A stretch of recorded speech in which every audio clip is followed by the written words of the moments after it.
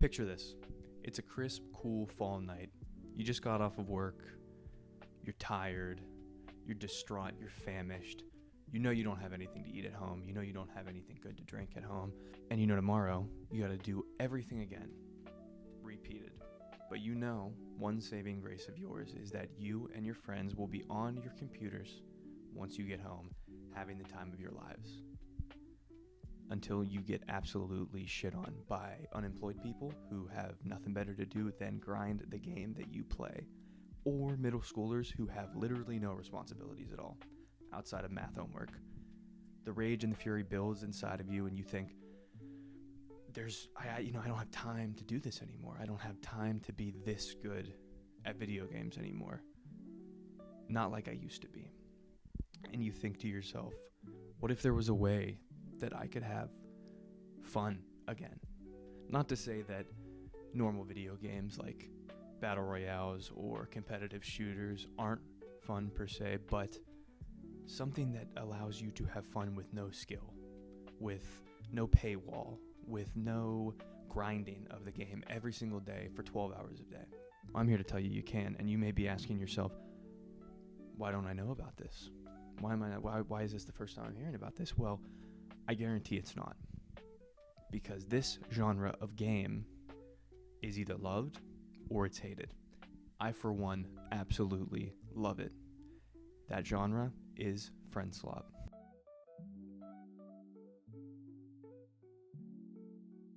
What is friend slop? And if you were asking this about 5 years ago, I would pretty much understand, as it kind of wasn't as big as it has gotten in the past couple of years. But since about 2 years ago, I think it's kind of skyrocketed into popularity, being one of the most beloved and also, like I said, most hated genres of games out there. The term friend slop is more so a tongue-in-cheek genre label used within the gaming community to describe, a particular kind of casual multiplayer game. No skill, no paywall or anything like that. More just social interactions, lighthearted chaos, goofy animations, funny art style, all that kind of stuff. Games are often designed to be enjoyed with friends, particularly unstructured play sessions, where they focus on more of the laughs that you have and the camaraderie that you build rather than competitive skill or achieving mastery. Slop in this context is used rather humorously. It implies more of a messy type of janky, indulgent fun, almost like a comfort food of a video game. Games don't demand much skill or attention. It's just laughs with your friends for the laughs' sake. Funny premises and overall more of a relaxed time playing rather than getting on to a game like Counter-Strike and having to lock in for 45 minutes. In this, you can jump in for 15 minutes, you can jump in for an hour, and you can have a good time playing. These games lead to funny moments and numerous laughs with your friends, making more core memories for yourself before it's too late. I know that playing with my friends on my computer is one of the best times that I have, and I really enjoy it, and I still look fondly back on the times when we were playing in high school, and the late nights that we were staying up, and it felt fresh, it felt fun, and I don't think I felt that for a very long time until we got on to friend slop in the past couple of years. I do remember when it started. We'll get into that later in the video, but it's just a great way for friends to bond together, to have fun with each other and have it mean really nothing. Let me be clear, I am not saying that you can't make these memories on games like Counter-Strike or Overwatch 2 or Valorant, but it's more of a laid-back type of vibe when you are playing a game like these friend slop games, just because, like I said, I'm reiterating my point many a times because I'm trying to get that across, but it's more of a low-stakes, funny, relaxing, janky type of game where you guys can not only laugh at how your character may look, but certain aspects of the game that the developers put in to make you laugh, whether that be, goofy monsters or funny physics, or the fact that the proximity chat in these games that I'm going to talk about today are fantastic. To my knowledge, the first friend slop game that I can really think of that comes to my mind is, sort of not the inventor, but maybe the inventor, is a game called Gang Beasts.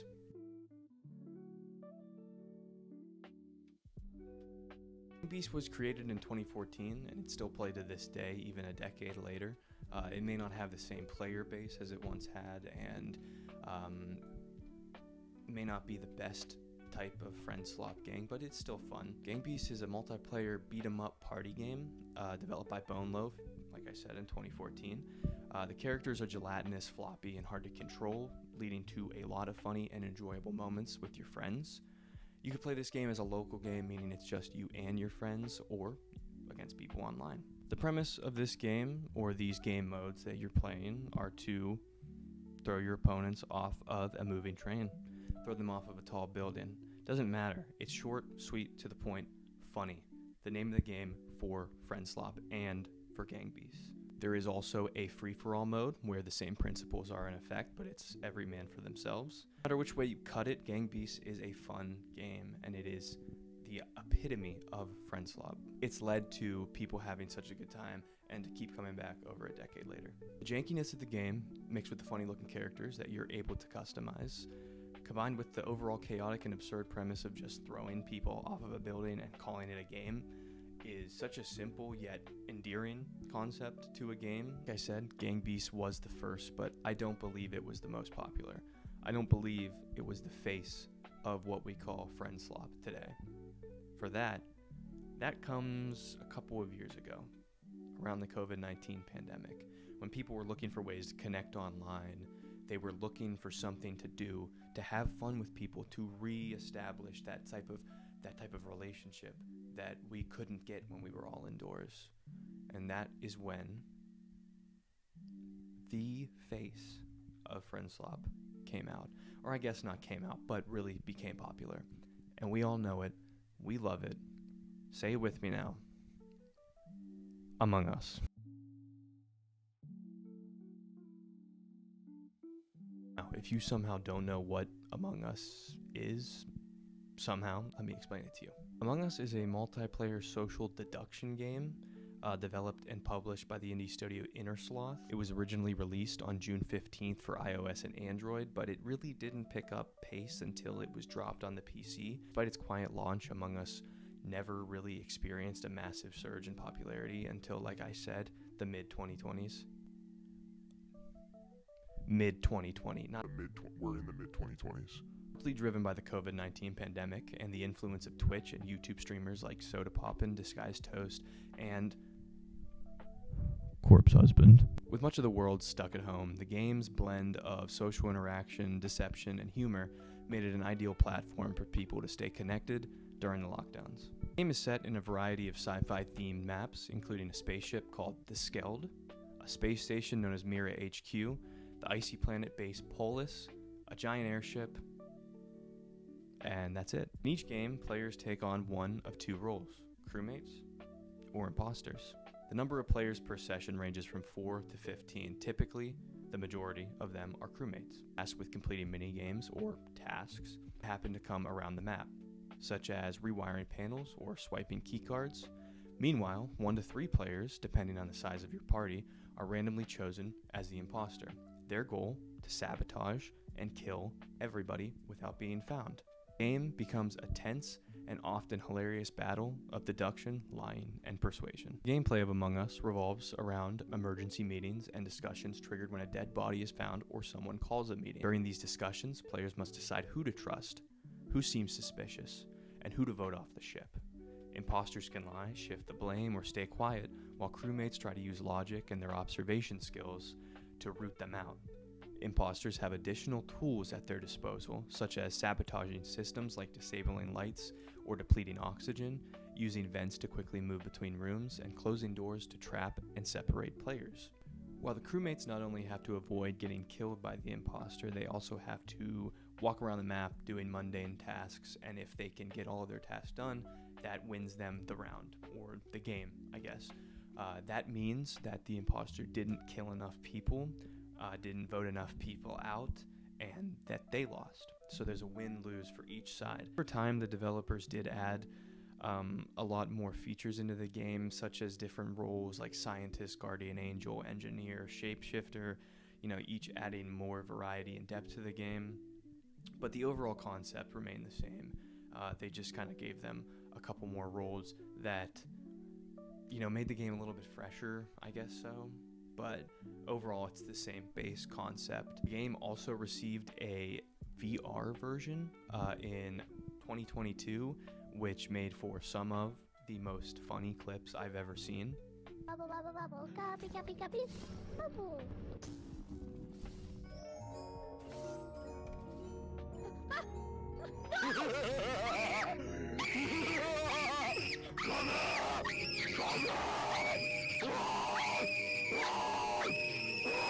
Among Us is a perfect example of a friend slop game, in my opinion. It's chaotic, it's socially driven, the experiences that you have with your friends are fun, it makes you fight, it makes you get mad, it's overall just a really good time. It throws trust, deception, and betrayal into the mix, and forcing friends to lie to each other, to make bold accusations against each other, and defend themselves in dramatic ways. Whether you're accusing your best friend of being, and I'm sorry that I have to say this, sus, with no real evidence, or watching someone flawlessly talk their way out of a murder, Among Us creates constant emotional highs and lows that lead to laughter, frustration, and unforgettable moments. Like other games in the genre, it thrives on a kind of messy, unpredictable energy that can either strengthen friendships or cause complete chaos, earning it a rightful place in the Friendslop Hall of Fame and really making it seem to me that this is the sort of inventor, I would say, or the pioneer of Friendslop, giving way to a lot of other people's ideas in Friendslop, whether it be from the design of the characters or the actual gameplay itself. It has inspired so much, and it's led to so many great Friendslop games created in the future. Among Us is more than just a game, though. It's a social sandbox. It tests the trust, communication, and deduction wrapped in a simple but highly replayable format. Its unexpected rise to fame, ability to create both laughter and tension among friend groups makes it a defining title of the 2020s and a cornerstone of modern party games and the Friendslop genre. After Among Us's hype died down late 2021, I want to say, nothing could really compare to the unending, highly replayable format that Among Us had, and Friendslop sort of went out and died with it. That was until late October of 2023, when a man by the name of Zeekers dropped what I would consider to be the reignition? I'm not quite sure. I'm an English major, that's not good. The reignition of Friendslop. That game being Lethal Company.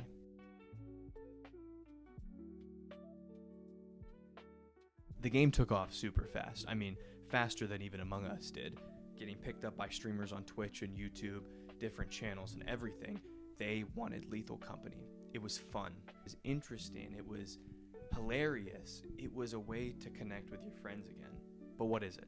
Lethal Company is a co-op horror game where you and 3 of your friends travel to various different moons in a spaceship to collect scrap metal. You then bring said scrap metal to a company building, and really, that's it.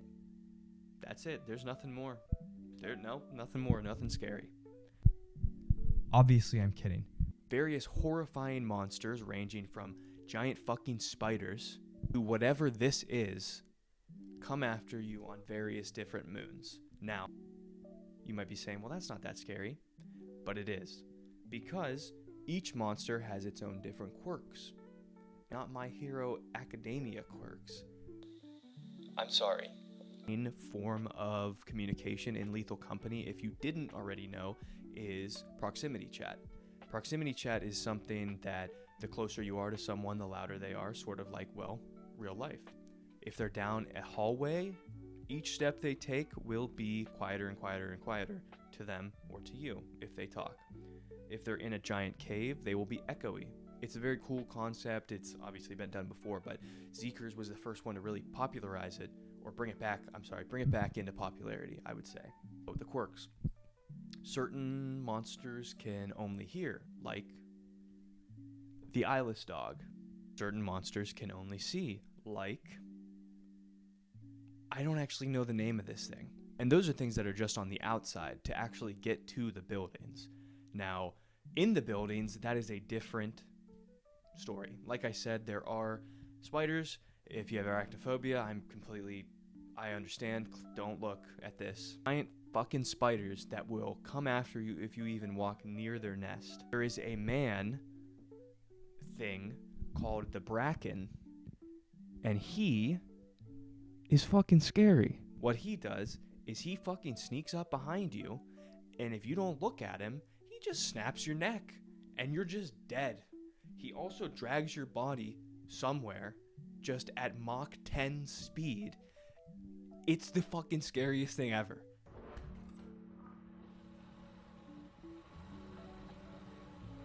Oh, there's a landmine. Oh! Oh!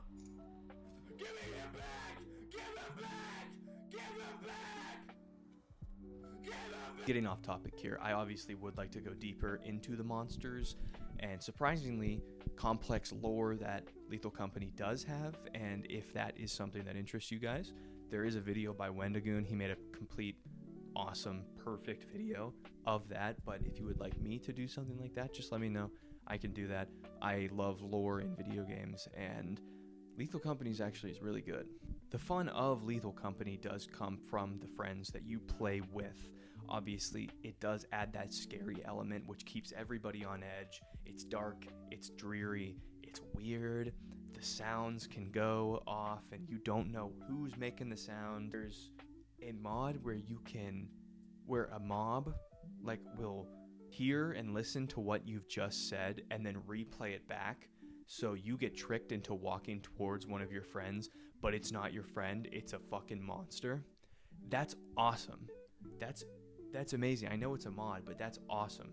That someone liked this game so much that they created something like that, and something that Zeeker's, he listens to the community, so he most likely will add that in.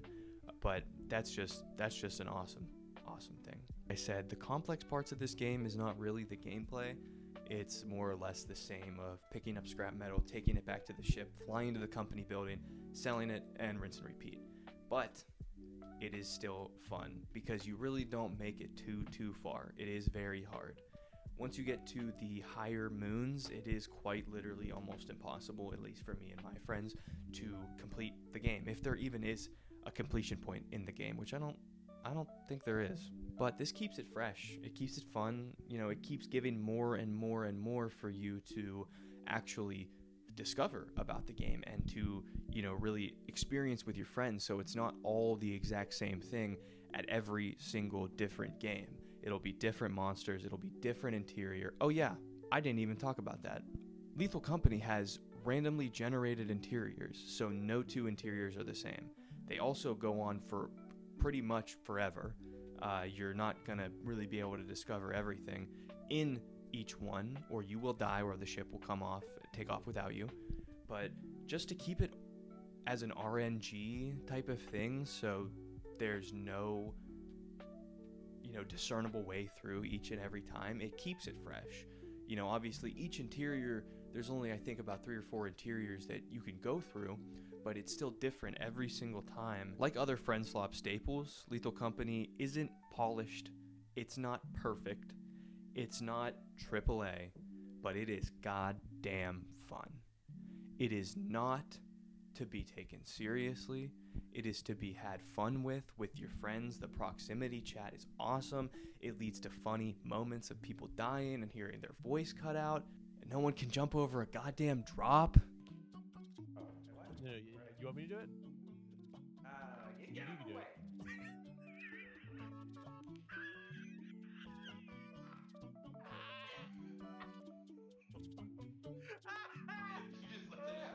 Lethal Company turns failure into fun, and it's perfect, and it is the definition of Friend Slop, and it's really what ignited my love for this genre, and really inspired me to make this video. Another game that is very similar to Lethal Company is Repo.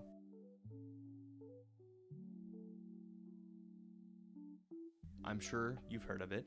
Repo, short for Retrieve, Extract, Profit Operations, is a co-op sci-fi horror game. Extraction based, pretty much the same as Lethal Company, but different characters. Different monsters, different interiors, also randomly generated interiors and exteriors, as you'll see. That does keep the game fresh. This game is a little bit different in terms of how it's played. There are multiple different drop points as you get deeper and deeper and deeper into your days. So it does keep it a little bit more fresh. You're not going into space. You're driving in, fucking crashing into a building. It's not the most different thing ever, but it does keep it fresh and it does keep it fun. My friends and I, we play Repo all the time, and it's a hoot and holler, man. It's a hell of a time. Each mission is a mix of tension, absurdity, and teamwork gone wrong, all wrapped in a lo-fi analog futuristic aesthetic. Very similar to Lethal Company, but it also makes adjustments, enough to keep it different and keep it fresh. The art style may be different and the monsters may be as well, but the gameplay remains relatively similar. Extract, take it back, rinse and repeat. The proximity chat, also once again, top tier, leads to so many funny moments and memories. And we love funny moments and memories over here. Last game, I'm going to go ahead and breeze through this one because it is the newest one, and I assume a lot of people already do know about this, so I don't really have to talk about it too much. But it is Peak. Peak is a co-op climbing game, not horror this time, although it can be quite scary towards the end, where up to 4 players are stranded, attempting to scale a mysterious, ever-changing mountain to reach safety. Now, like I said, this one is ever-changing as well. Completely random mountains. Keeps it fresh every single day. That is very cool. That's a big thing about FriendSlop, is they do keep things very, very replayable because they realize the value of having them be replayable. Developed by Aggro, Crab, and Landfall, the game emphasizes teamwork, environmental hazards, and physical comedy as players use tools like ropes, pittons, and even a rope cannon to overcome treacherous terrain. Every 24 hours, in real life, the mountain's layout changes, introducing new challenges, forcing players to adapt. Survival isn't just about climbing, players must also manage their stamina, food, injuries, and adapt to each environment that they are playing in.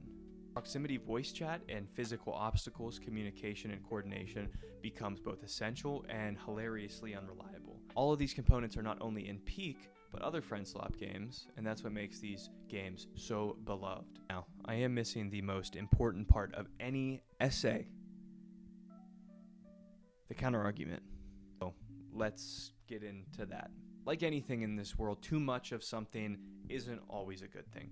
Sometimes this leads to oversaturation, and that breeds contempt to the thing that is in abundance. It may have been loved at once, but the fact that there's so much of it leads people to just get downright sick of it. And I can fully understand that and see where people are coming from. I can also see why people would think that games like these are really, really similar, almost carbon copies of each other.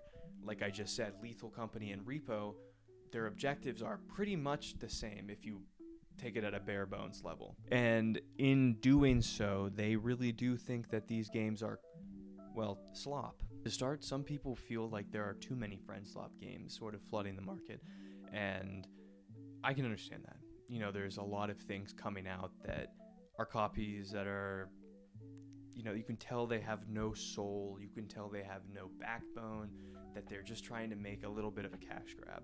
Games that are created that are sort of not as good and sort of just a cash grab, you can really tell that they prioritize, you know, a quirky aesthetic, shallow co-op mechanics, they make it overly wholesome, and it just feels a little bit shallow, I guess I would say, or it feels a little bit like it lacks something. A lot of people say that these games copy each other's formulas. Sure, man, maybe some of them do. But as a result of that, genre risks losing its appeal. It starts losing its appeal to people, and developers, you know, they don't take it as seriously because they see something working and they think, well, I can just do that.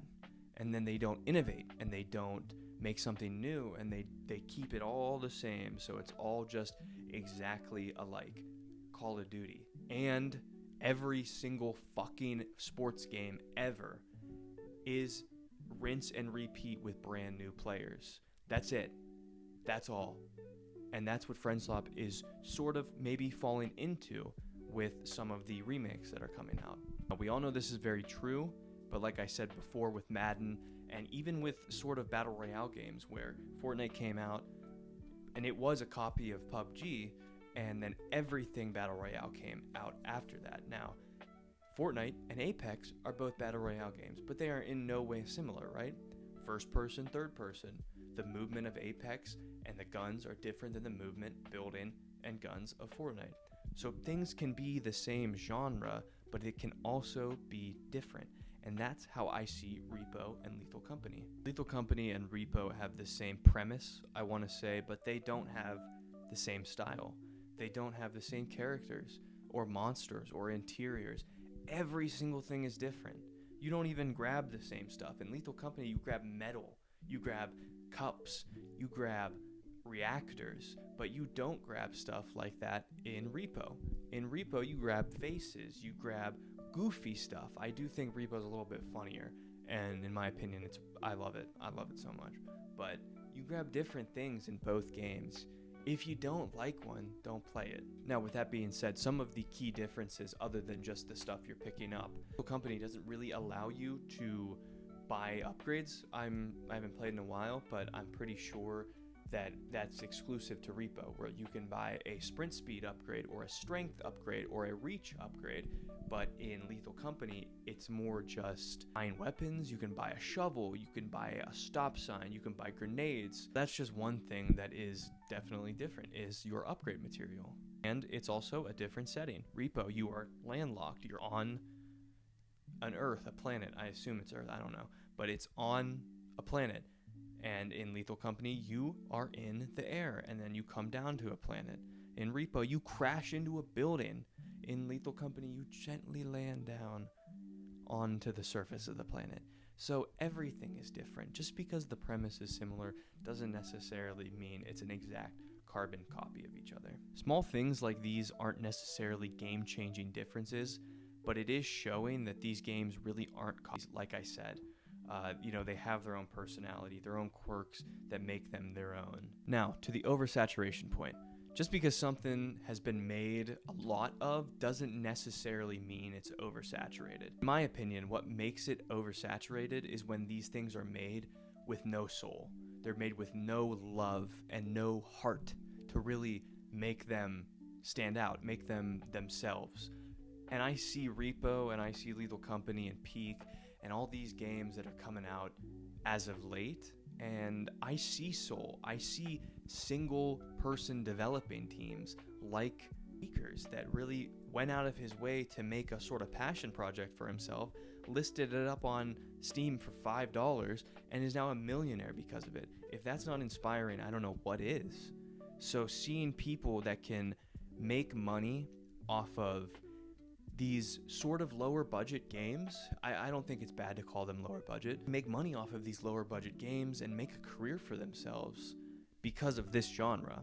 Obviously, Zeekers probably does not have the resources to create a AAA game, but he does have the resources to create something that is fun, and that will push him even farther to maybe he wants to make a AAA game. I don't know the guy, but what I'm saying is that FriendSlop really gives people and creators the opportunity to make something fun and still make a lot of money. And in doing so, they will put more effort into it because they know that we're not fucking stupid consumers that eat everything up like it's nothing. We have standards. And if we see a FriendSlop game that is a blatant copy of something like Lethal Company, a blatant copy of something like Peak, or like Gang Beasts, or Among Us, it's not as fun because we know that we're playing a cheap ripoff. Lastly, and the complaint I've heard the most when asking a couple of my friends about the topics that I don't, really play with much, is they said that FriendSlop is literally pointless, that they have no point, that it's just stupid, it's a waste of time, it's not fun, they'd rather play something competitive to scratch that itch. Examples like no leveling, no perks, no unlockable abilities. Without these mechanics, there is very little incentive to actually play the game with no achievement or growth, making the experience feel flat just after a few sessions. A cozy low-pressure atmosphere might appeal at first. The absence of a deeper system, there's nothing to work towards, or there's nothing to strive for, leaving players with repetitive tasks and no real motivation to return. And all I have to say to that argument is that's the point, man. I can't get that across enough. Point of these games is that there's nothing to work towards, is that there's no point. It is simply just fun to be fun. It is simply just a load off after a long, hard day. No stress, no skill required, no paywall, nothing but fun. If you can't get down with that, what's wrong with you? All you need to worry about is having fun, like I said. And if that only lasts an hour, then you want to go back to another game, then so be it. But in that time you were playing, you were not thinking of anything but what you were playing. You were having the time of your lives while decompressing and not worrying about the hustle and bustle of your everyday life or the stress that you may face tomorrow. And I think that is awesome. In a gaming landscape that often emphasizes hyper-competitive environments, high-stakes storytelling, and mechanical precision, the friend slop genre offers a refreshing and much-needed counterpoint. These games celebrate imperfection and embrace the beautiful chaos that can only come from playing with friends. Whether it's accidentally launching yourself off of a cliff and peak, or being tracked by an eyeless dog when your mic goes off, leading to them knowing where you are, the unpredictability of friend slop gameplay turns failure into fun and transforms mistakes into moments of joy. Friend slop games excel at accessibility, not just in terms of gameplay mechanics, which are often simple and intuitive, but also emotionally. They create welcoming spaces for players of all skill levels to come together, connect, and unwind. Instead, the reward lies in the experience itself. Yelling across the couch or the headset as you scramble to get things done in the oddest and goofiest ways possible. Perhaps most importantly, the friend slop genre reminds us what games are really about: play. In a world where everything can feel very overly optimized and serious, friend slop gives us permission to be goofy, to fail loudly, and to do it with the people we care about, our friends. Games aren't just great because they're fun, but they're great because they help us feel closer to each other. And in a medium that often values individual achievement in the gaming landscape, the magic of friend slop lies in how effortlessly it turns play into togetherness.